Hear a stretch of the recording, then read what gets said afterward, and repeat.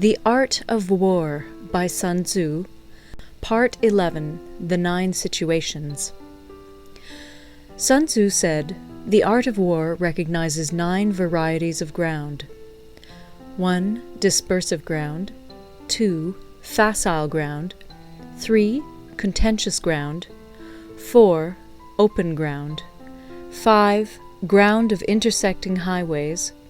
6. Serious ground. 7. Difficult ground. 8. Hemmed-in ground. 9. Desperate ground." When a chieftain is fighting in his own territory, it is dispersive ground.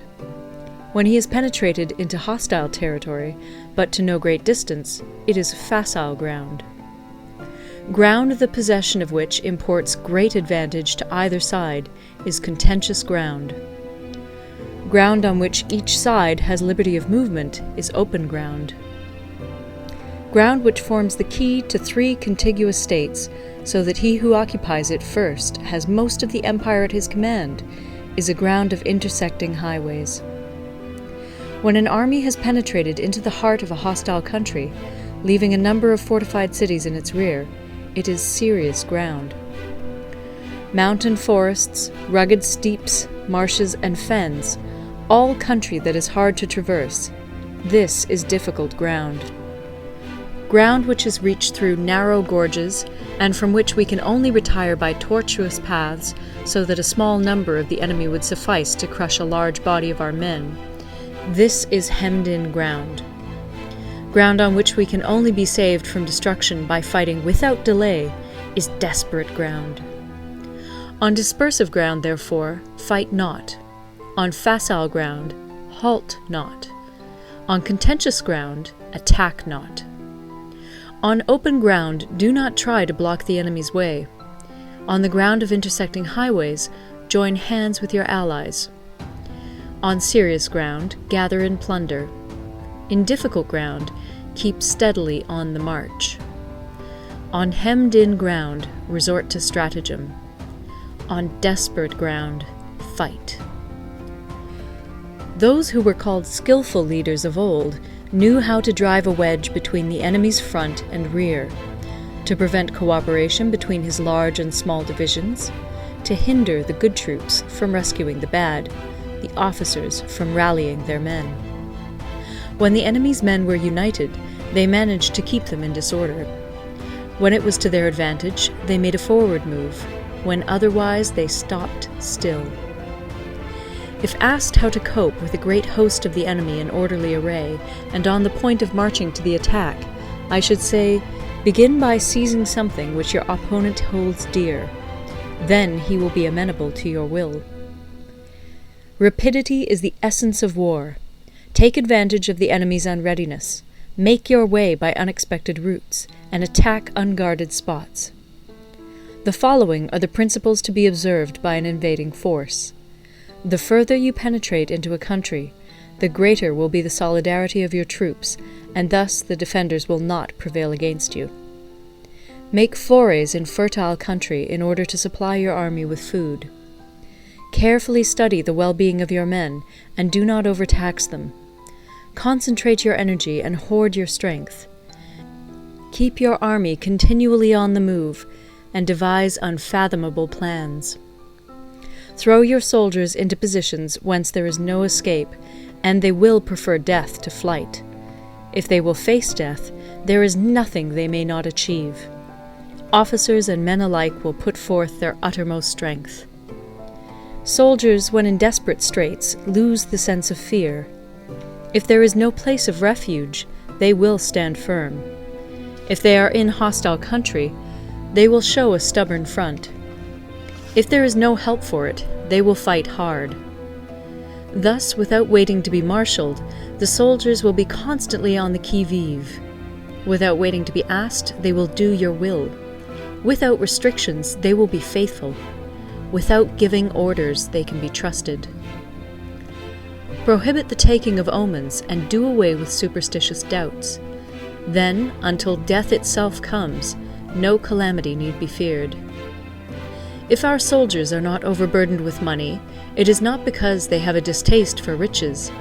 If their lives are not unduly long, it is not because they are disinclined to longevity. On the day they are ordered out to battle, your soldiers may weep, those sitting up bedewing their garments, and those lying down, letting the tears run down their cheeks. But let them once be brought to bay, and they will display the courage of a Chu or a Kui. The skillful tactician may be likened to the Shuai Jan. Now, the Shuai Jan is a snake that is found in the Chiung Mountains. Strike at its head, and you will be attacked by its tail.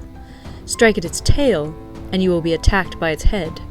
Strike at the middle, and you will be attacked by head and tail both. Asked if an army can be made to imitate the Shuai Jan, I should answer yes. For the men of Wu and the men of Yue are enemies. Yet if they are crossing a river in the same boat and are caught by a storm, they will come to each other's assistance, just as the left hand helps the right. Hence, it is not enough to put one's trust in the tethering of horses and the burying of chariot wheels in the ground. The principle on which to manage an army is to set up one standard of courage, which all must reach. How to make the best of both strong and weak, that is a question involving the proper use of ground. Thus, the skillful general conducts his army just as though he were leading a single man, willy-nilly by the hand. It is the business of a general to be quiet, and thus ensure secrecy, upright and just, and thus maintain order.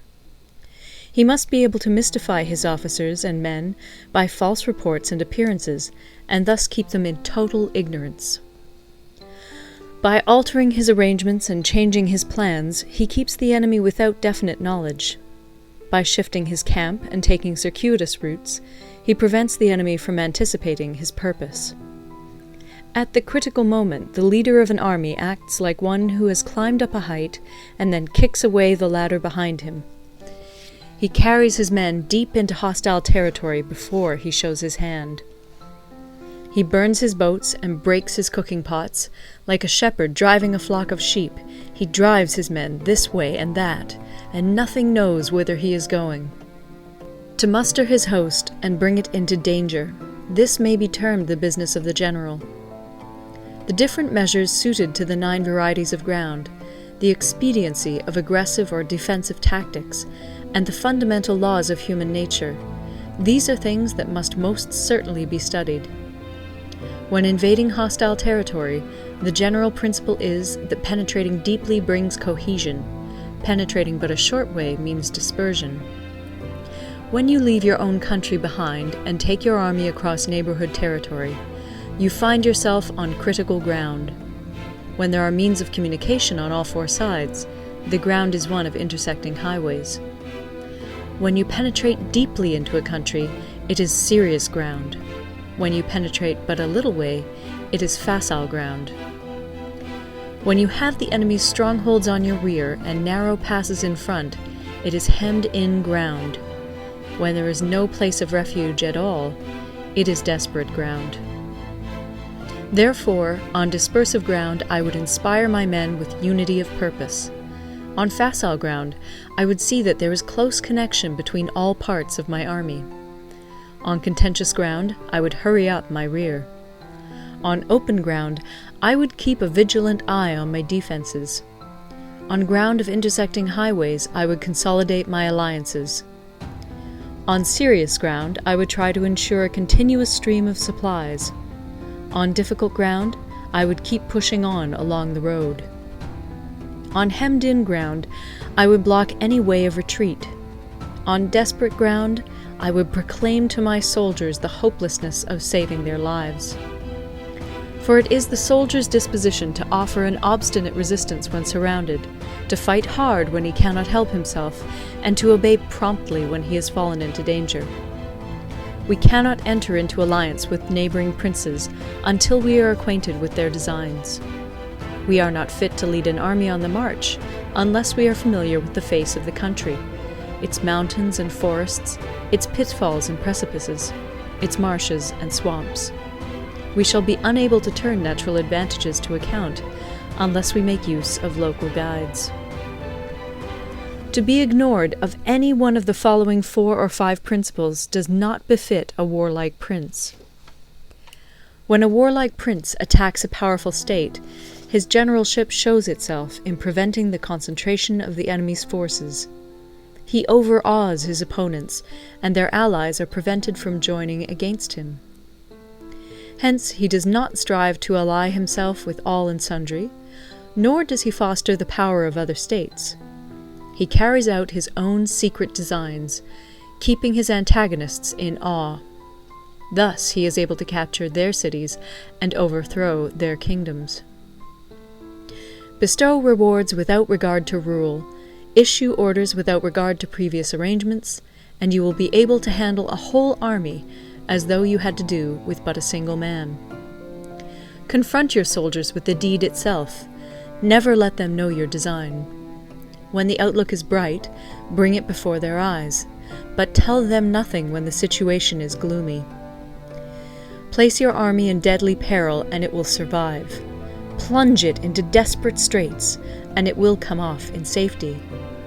For it is precisely when a force has fallen into harm's way that it is capable of striking a blow for victory.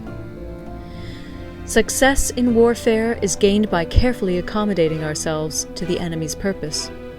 By persistently hanging on the enemy's flank, we shall succeed in the long run in killing the commander-in-chief. This is called ability to accomplish a thing by sheer cunning. On the day that you take up your command, block the frontier passes, destroy the official tallies, and stop the passage of all emissaries. Be stern in the council chamber so that you may control the situation. If the enemy leaves the door open, you must rush in.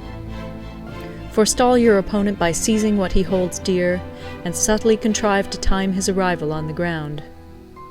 Walk in the path defined by rule, and accommodate yourself to the enemy until you can fight a decisive battle.